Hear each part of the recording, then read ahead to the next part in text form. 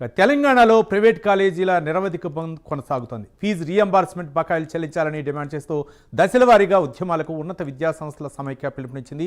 రేపు మంత్రులు, ఎమ్మెల్యేలు, ఎంపీలను కలిసి వినతి పత్రాలు సమర్పించనున్నారు. 6వ తేదీన 1,00,000 మంది ప్రైవేట్ కాలేజీల అధ్యాపకులు, స్టాఫ్ సిబ్బందితో సభ నిర్వహించనున్నారు. 10వ తేదీన 10 లక్షల మంది విద్యార్థులతో లాంగ్ మార్చ్ చెలో సెక్రటేరియట్కు పిలుపునిచ్చింది. ఎక్స్క్లూజివ్ ఫీల్డ్ రిపోర్టు మా కరస్పాండెంట్ అందిస్తారు.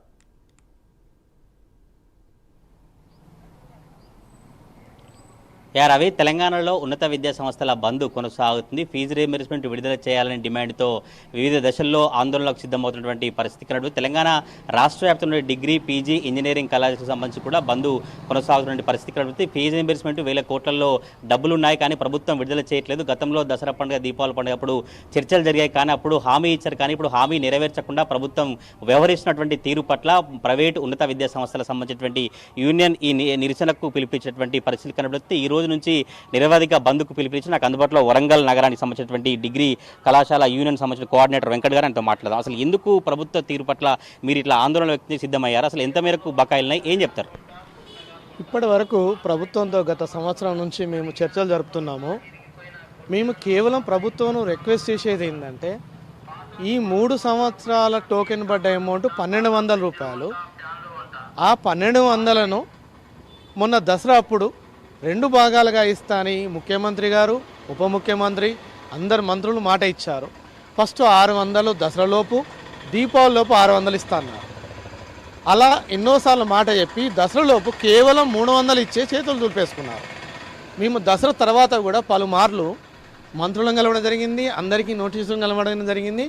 అయ్యా, మాకు మీరు ఇస్తాన్న 600 కోట్లలో 300 ఇచ్చారు, ఈ దీపావళి తర్వాతనైనా మొత్తం కలిపి ఇవ్వండి, లేకపోతే మీరు ఇచ్చిన మాట ప్రకారం అద్దెలు కానీ జీతాలు కానీ ఇవ్వలేక వాళ్ళకి పరుమాలు చెప్పలేక మేము ఎన్నిసార్లు విన్నవించుకున్నాం. మళ్ళీ మొండి వైఖరితో ఉండడం వల్ల విధిలేని పరిస్థితుల్లో మేము ప్రభుత్వానికి వ్యతిరేకం కాదు, మేము జీతాలు కానీ, బిల్డింగ్ రెంట్లు కానీ, కరెంటు బిల్లులు కూడా కట్టే పొజిషన్లో లేము.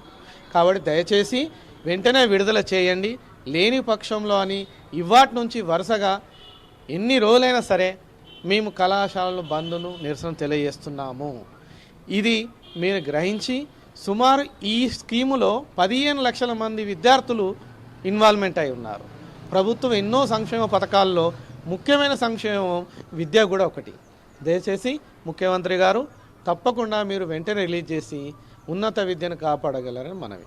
తెలంగాణ రాష్ట్ర వ్యాప్తంగా ఎన్ని కాలేజీలకు బకాయిలు ఉన్నాయి? బకాయిలు మన దీపావళి అప్పుడు చర్చ జరిపి అప్పుడు ఎన్ని కోట్లు విడుదల చేశారు? అసలు ప్రభుత్వం నుంచి ఈ చర్చలలో మీకు ఎటువంటి ఆన్సర్ వస్తుంది? మీరు ఇంకా ఎట్లా ముందుకు వెళ్ళబోతున్నారు, ఏం చెప్తారు?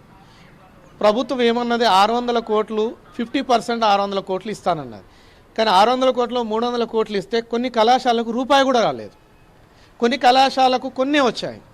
ఇప్పుడు రూపాయలు ఆటాన ఇస్తాను ఎదురు చూసిన వాళ్ళకు రూపాయి కూడా రాకపోయేసరికి మళ్ళీ అందరూ ఆందోళన చెందుతున్నారు. అసలు ఈ ప్రభుత్వాల మీద నమ్మకం ఉంచుకోవాలా? ఈ 1,200 కోట్లలో కొన్ని కాలేజీ రాని ఉన్నాయి, ఒకటేసారి ఒకే దఫా రిలీజ్ ఇస్తే కొంత ఉపశమనం మాత్రమే ఉంటుంది. ఈ 1,200 కోట్లే కాదు, ఇంకా సుమారు 8,000 కోట్లు ఉన్నాయి. వీటన్నిటి కూడా మా సంఘం ఏమంటుందంటే, ఇలా ఎన్ని సంవత్సరాలు ఒక రోడ్ మ్యాప్ ఇవ్వండి, ఎటు చేసి మార్చిలోపు అన్ని బకాయిలు ఇచ్చి అందరినీ కాపాడాలని మా యొక్క మనవి. ఎట్లా విద్యార్థులు ఎట్లా ఇబ్బంది పడుతున్నారు? మీరు కాలేజీలు నడపాలంటే ఎటువంటి ఇబ్బందులు పడుతున్నారు, ఏం చెప్తారు? ఇప్పుడు కొంత యాజమాన్య మిత్రులు ఆత్మహత్య ప్రయత్నాలు కూడా చేస్తున్నారు. కొన్ని విద్యార్థులు ఉన్నత విద్య తర్వాత చదివే పీజీ ఇలాంటి వాటికి సర్టిఫికేట్లకు దూరం అవుతున్నారు. వీటన్నిటికీ కారణం ఎవరు? ఇప్పుడు విద్యార్థులు ఫీజు కట్టలేని పొజిషన్లో ఉన్నప్పుడే రాజశేఖర రెడ్డి గారు ఈ స్కీమ్ తీసుకురావడం వల్ల ఎంతోమంది నిరుపేద కుటుంబాలన్నీ కూడా ఉన్నత విద్యను అభ్యసిస్తున్నారు.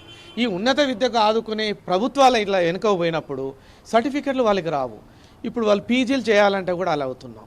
కాబట్టి మీ కళాశాల కూడా ఎక్కువ వేడుకునేది ఏంటంటే, ఉన్నత విద్యలో పాల్గొని మిగతా స్టడీస్ చదువుకునే పిల్లలందరికీ కూడా ఈ స్కాలర్షిప్, కొంతమంది అయితే కేవలం బస్ ఛార్జీలు కూడా ఈ స్కాలర్షిప్ రిలీజ్ అయితేనే వాళ్ళు కాలేజీకి వచ్చేస్తున్నారు. ఎప్పుడైతే ఈ 2-3 సంవత్సరాలు తగ్గిందో కళాశాలకు వచ్చే పిల్లల విద్యార్థుల యొక్క బస్సు పాసు లేక కొంతమంది డ్రాప్ అవుట్ కూడా అవుతున్నారు. ఈ విధంగా మనకు సుమారు 8,000 కోట్లలో మేము అభ్యర్థించేది 1,200 కోట్లలో 300 కోట్లు ఇచ్చారు, 900 కోట్లు ఇచ్చి అందరినీ కాపాడగలరు. మనం ఇప్పటివరకు మీరు ప్రజాప్రతినిధులు, మంత్రులను కావచ్చు, వివిధ ఎమ్మెల్యేలను కలిసినప్పుడు ఎటువంటి విషయాన్ని చెప్తున్నారు? వాళ్ళకి మీరేం చెప్తున్నారు? ప్రతి నియోజకవర్గంలో ప్రతి ఎమ్మెల్యేను అందరినీ మేము వేడుకోవడం జరుగుతున్నది, అందరికీ వినతి పత్రాలు ఇవ్వడం జరిగినది.